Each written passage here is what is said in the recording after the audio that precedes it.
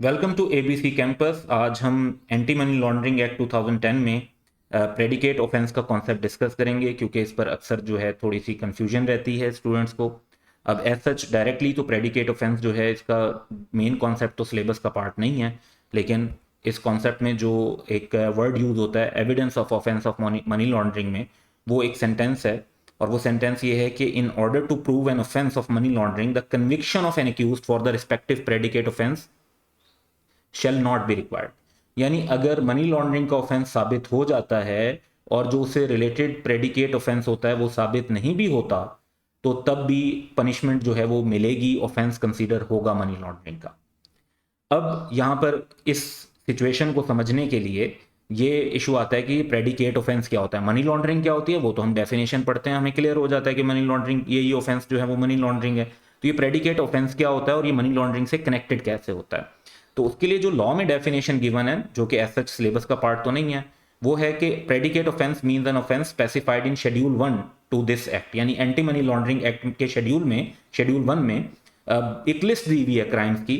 वो जो लिस्ट, उसमें जो जो क्राइम और ऑफेंसेस मेंशन हैं उनको प्रेडिकेट ऑफेंस समझा जाएगा। अब शेड्यूल 1 के अंदर एक लंबी लिस्ट है, कई पेजेस पर है ये लिस्ट, जिसमें बहुत सारे क्राइम अंडर वेरियस लेजिस्लेशन जो हैं वो मेंशन है, आर्म्स एक्ट के अंडर, और दूसरे जो है खास तौर पे उसमें जो मेंशन है वो पाकिस्तान पीनल कोड है, जो कि सबसे ज़्यादा पाकिस्तान के अंदर अगर हम देखें तो मेन जो क्रिमिनल लॉ है वो पाकिस्तान पीनल कोड 1860 का ही है।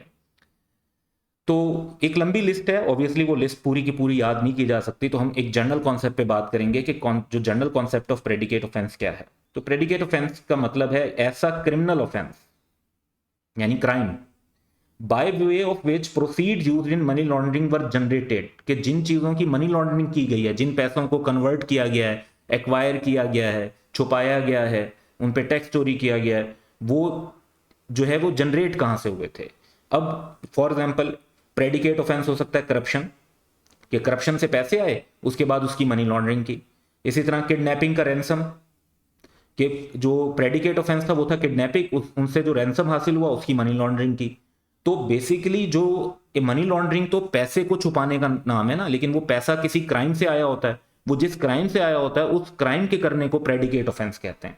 तो लॉ यहाँ पे कॉन्सेप्ट ये कहता है कि जिस जगह से पैसा आया वो वाला क्राइम साबित नहीं भी हुआ और मनी लॉन्ड्रिंग साबित हो गई है, तो मनी लॉन्ड्रिंग के ऑफेंस होने पर पनिशमेंट मिलेगी। प्रेडिकेट ऑफेंस को प्रूव करना लाजमी नहीं होगा। तो ये सिंपल सा लॉ का कॉन्सेप्ट है जो इसके अंदर मेंशन किया गया है।